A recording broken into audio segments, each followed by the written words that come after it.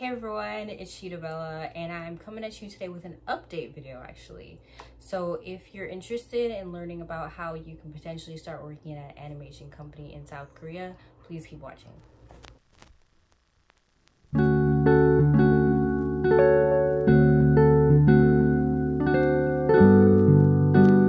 Everyone, it's Bella, and I have an update video for you guys about how you can start applying to animation jobs in South Korea.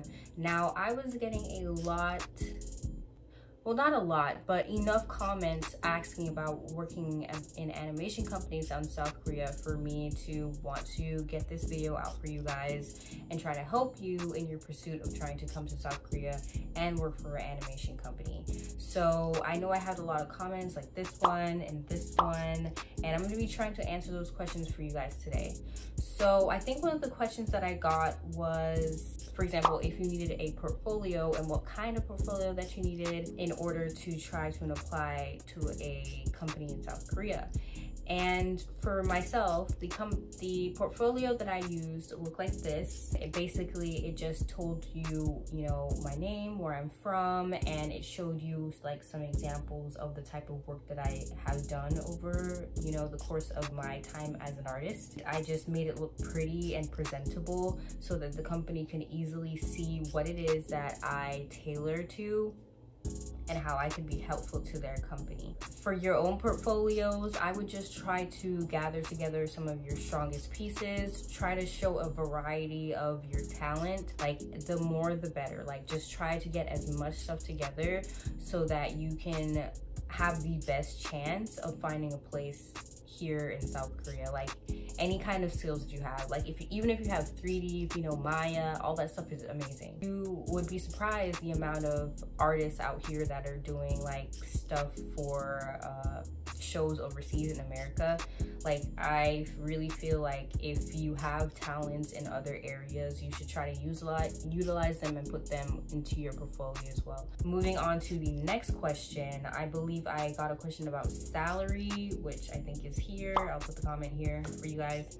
I'm doing background environments as I've showed you guys before. I don't know if you've seen my prior animation video. If you haven't seen that video, I'll link it in the cards for you. Go ahead and watch that. I think it can range from about 2.5 million won upwards, like to 3 million won and above, depending on your skill set and your skill level. My compensation is a little bit, personally, for me, it's a little bit low, but the cost of living in South Korea kind of levels it out. Like it's not super expensive to live here. So right now my salary is just fine enough for me to get by and still, be able to go out and eat and stuff like that and have a pretty stable, normal life as an artist, as a working artist in South Korea. Say if you're a higher level person, like maybe you are a producer or something like that. I don't know why a producer would be looking at my video, but if you are at a higher level, your salary is likely to be higher. So salary, again, can range from about 2.5 on upward. I wouldn't go anything below 2.5. If they're going below 2.5 million won, run for the hills. No, that is not okay. You guys can do the currency exchange to figure out how much that is in US dollars, but yeah, I wouldn't go under 2 million, and even 2.5 is a little bit like so just keep that in mind. The next question I think I got was how like my work environment and the stuff that I do during the time that I'm working in the office. Should I make a day in the life of an animator? Would you guys want that?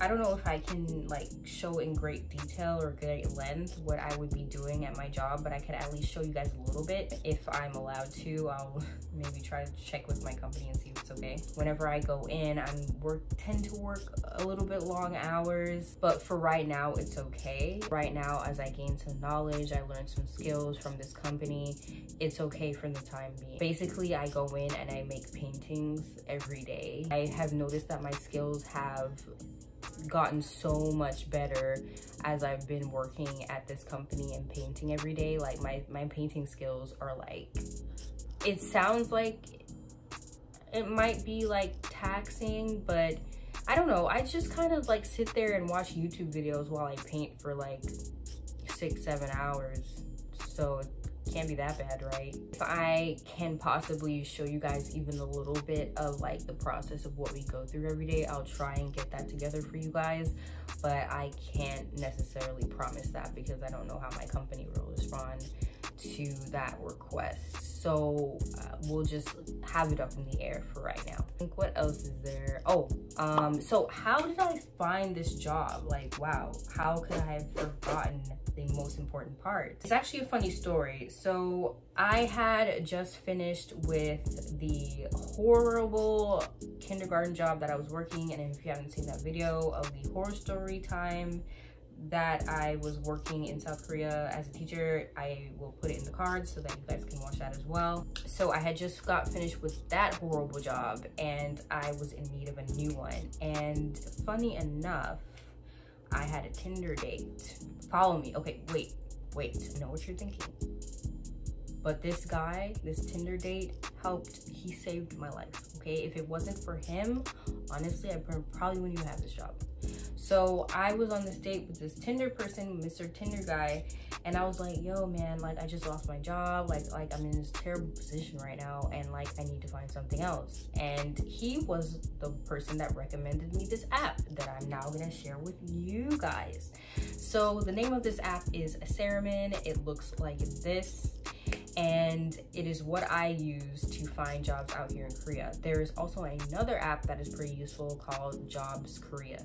Now you could use either or. What I used was Ceremin, and Ceremin is all in Korean, so just a heads up. But I'm gonna tell you what I did in order to find jobs. So what I did is I opened Ceremin in the Google browser, and you know how Google has Google Translate. So basically Google translated all of the pages for me so that I can apply to my jobs and I can understand what's going on. It's not really a hard process.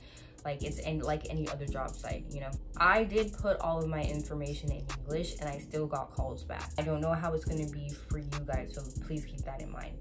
But I'm feeling like if they were able to call me back, even if though my things were in English, like I don't think it should be a huge problem. Like not everybody is like really finicky about like the English stuff, and I was fine. And when I put my resume up, like the very next day, I started getting callbacks from people who were interested in working with me.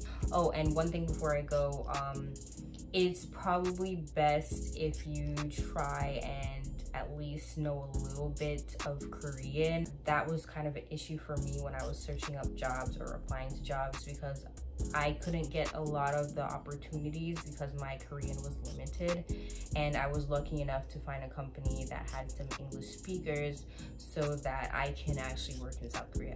So be aware of that as well. I think that's all the information that I have for you guys right now. If there's anything else that you guys want to know, just go ahead and comment it in the comment box below and I'll try to answer all of your questions.